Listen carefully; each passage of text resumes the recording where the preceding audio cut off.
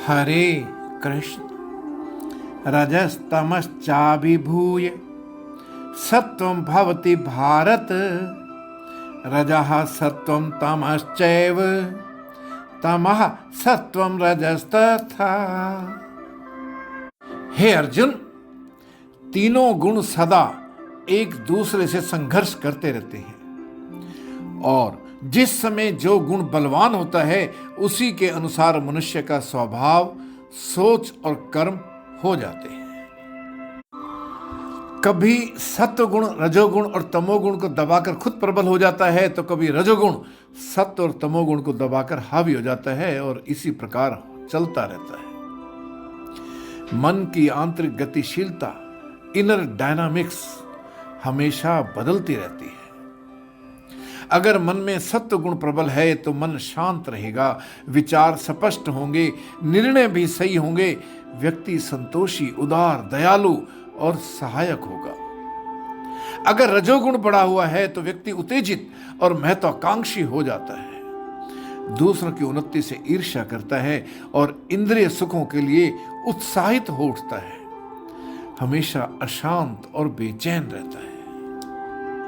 अगर तमोगुण हावी हो जाए तो व्यक्ति आलस में रहेगा, भ्रम में रहेगा, नकारात्मक विचारों से घिरा रहेगा। वो घृणा, क्रोध और संतोष और हिंसा से भर उठता है।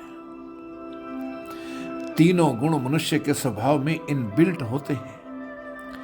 बाहरी वातावरण से प्रभावित होकर या अपने अंदर के विचारों से या मिले हुए संस्कारों से कोई भी गुण कभी भी हावी हो जाता है।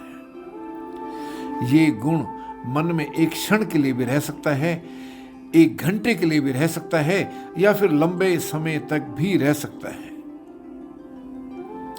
आप लाइब्रेरी में बैठकर स्टडी कर रहे हैं, जहां सब और शांति है, ऐसे में मन सात्विक हो जाता है। घर में आकर सामने टीवी का स्विच ऑन किया तो आ रहे सीन मन को राजसी गुण के प्रभाव में ले आते हैं। वो सीन सांसारिक सुखों को पाने की लालसा बढ़ाते हैं। आप सामने चल रहे दृश्यों में खोए हुए हो कि अचानक कोई आकर चैनल बदल दे तो आप क्रोध से भर उठते हो, यानी अब आपके मन पर तमोगुण का प्रभाव हावी हो गया। मन तीनों गुणों के बीच झूलता रहता है और उनकी विशेषताओं को ग्रहण करता रहता है। कब कोई देवता स्वरूप व्यक्ति हैवान बन जाए और कब कोई नीच प्रवृत्ति का व्यक्ति किसी पर दयावान हो जाए, नहीं पता चलता। एक गुण का प्रभाव दूसरे गुण पर हावी हो जाता है। तो मित्रों, ये था अध्याय 14 से श्लोक संख्या 10। हरे कृष्ण।